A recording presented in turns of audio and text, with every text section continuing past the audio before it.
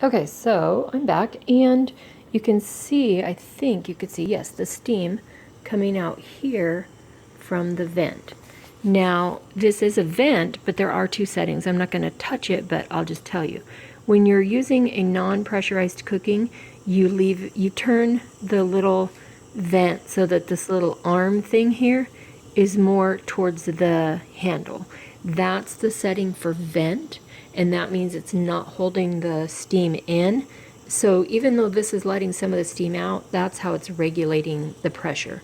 So the little red button you see there, that's telling you it's not up to pressure yet because the red button is flush. Some models, the indicator is recessed and then pops up so that it's flush, but this model, the IP Duo, it's a red indicator and it pops up when the cooker is at pressure.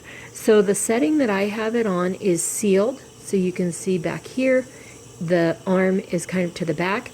And this actually is like a little handle, because when you're cooking, when it's all done, or if you need to open it or you want to release the pressure, you can turn it off, and then you can actually turn that little lever so that it releases the pressure on quick release. But I'm not doing that on this time. I'm leaving it sealed, so when it gets finished, it will just naturally release the pressure and the red button will go down. Right now it's down, it's flush. We're not at pressure yet. When we get at pressure, that will pop up and it'll be obvious that we're at pressure. Okay, so what I forgot to tell you, when I did brown the meat, it was on saute. So when you're on saute and you have it open, you can use that like making gravy, browning your meats, warming up liquids, or, you know, like a saucepan on your stove. So there's lots of different functions on the Instant Pot. It's not just a pressure cooker, but if you always wanted to use a pressure cooker, this one seems like pretty safe if you're following all the directions. You don't have that whistling and the rocking and the psh, psh, psh, psh, psh when it's up to pressure. You're just gonna hear the steam escaping and all the smells coming out into your kitchen.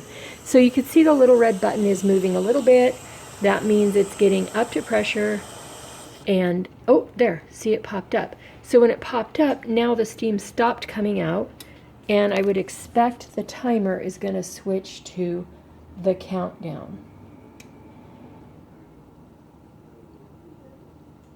So that's that, and we have a roast in about 40 minutes once the timer turns on.